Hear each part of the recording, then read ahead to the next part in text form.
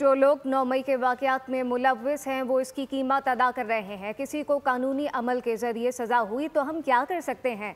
हुकूमत किसी असूल पर समझौता नहीं करेगी। नायब वज़ीर आज़म और वज़ीर ख़ारजा इसहाक़ डार की लंदन में मीडिया से गुफ्तगू। कहा कि फितने के साथ डील की कोई गुंजाइश नहीं। ईरान में पाकिस्तानियों के कत्ल का वाक़या बहुत अफसोसनाक है। ईरानी हुकूमत वाक़े में मुलव्विस अफराद को मुकम्मल तौर पर सज़ा देगी। जो लोग 9 मई के वाक़यात में मुलव्विस हैं वो इसकी कीमत अदा कर रहे हैं। किसी को कानूनी अमल के ज़रिए सज़ा हुई तो हम क्या कर सकते हैं। हुकूमत किसी असूल पर समझौता नहीं करेगी।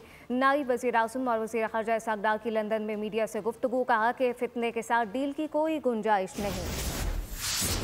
में जो हमारा एमरजेंसी सेल है वो इस वक्त एक्टिव है और तमाम जो तफसील है वो जो वहाँ लोग फौत हुए हैं उनकी जो बॉडीज़ हैं वो शनाख्त वगैरह और जो लीगल प्रोसेस है वो मुकम्मल जूँ ही होगा तो उनकी बॉडीज़ जो है वो इंशाल्लाह हमारा सफारत खाना जो तेहरान में है वो उसको हैंडल करेगा और पाकिस्तान भेजेगा। मेरी जो मिनिस्ट्री है और मैं ख़ुद भी एक्टिवली उसमें सफ़र के दौरान भी इन टच हूँ और इंशाअल्लाह जो है मामला जो कल्प्रिट्स हैं किया है वो ईरानी हुकूमत काफ़ी अश्योरेंस दे रही है कि इंशाअल्लाह वो उनको पकड़ेंगे और उनको करार वाक़ई सज़ा देंगे।